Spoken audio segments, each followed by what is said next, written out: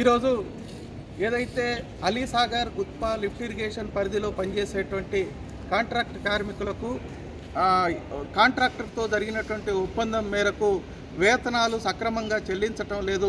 గత 4 నెలల నుండి కార్మికులకు వేతనాలు ఇవ్వకపోవడంతో అనేక మంది కార్మిక కుటుంబాలు తీవ్రమైనటువంటి ఆర్థిక ఇబ్బందులతోటి అప్పుల పాలై పిల్లలకి బడులకు పంపుకోలేనటువంటి ఒక దౌర్భాగ్య పరిస్థితి ఏర్పడ్డది. ఇట్టి విషయం గతంలోనే మేము కాంట్రాక్టర్తో మాట్లాడినాం, అట్లాగే లేబర్ అధికారులకి మాట్లాడినాం. అయినా ఈరోజు కాంట్రాక్టరు వేతనాలు ఇవ్వలేదు. ప్రధానంగా తమకు సంవత్సరం నుండి బిల్లులు రాలేదు అనే పేరుతోటి బిల్లులు వచ్చినప్పుడే కార్మికులకు జీతాలు ఇస్తామని చెప్తా ఉన్నారు. దీని మూలంగా కార్మికులు ఇబ్బందులు పడుతూ ఉన్నారు. రెండో వైపు ఈరోజు కార్మికులతో ఏదైతే కాంట్రాక్టర్కు చేసుకున్నటువంటి ఒప్పందం ఉన్నదో, ప్రభుత్వం చేసుకున్న ఒప్పందం కాలపరిమితి ముగిసినప్పటికీ 2 సార్లు పొడిగించడంతో కార్మికుల వేతనాలు మాత్రం పెంచటం లేదు.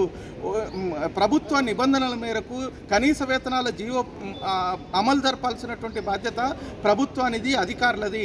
కానీ ఈరోజు లిఫ్ట్ ఇరిగేషన్ కార్మికులకు కనీస వేతనాలు అమలు జరపకుండా, సక్రమంగా పిఎఫ్ ఈఎస్ఐ కట్టకుండా, కార్మికులకు ఏ రకమైనటువంటి సంక్షేమ పథకాలని ఇవ్వకుండా ఈరోజు వెట్టి చాకిరీ చేయించుకుంటూ ఉన్నారు. కాబట్టి ప్రభుత్వం వెంటనే జోక్యం చేసుకొని, ఇరిగేషన్ అధికారులు జోక్యం చేసుకొని, జిల్లా కలెక్టర్ చొరవతోటి ఈరోజు కార్మికులకు బకాయి ఉన్నటువంటి 4 నెలల వేతనాలు చెల్లించాలని, కనీస వేతనాలను అమలు జరపాలని, ఏదైతే బిల్లులకు సంబంధం లేకుండా కార్మికులకు నెల వేతనాలు వచ్చేటట్టు చర్యలు చేపట్టాలని వినతిపత్రం ఇవ్వటం జరిగింది.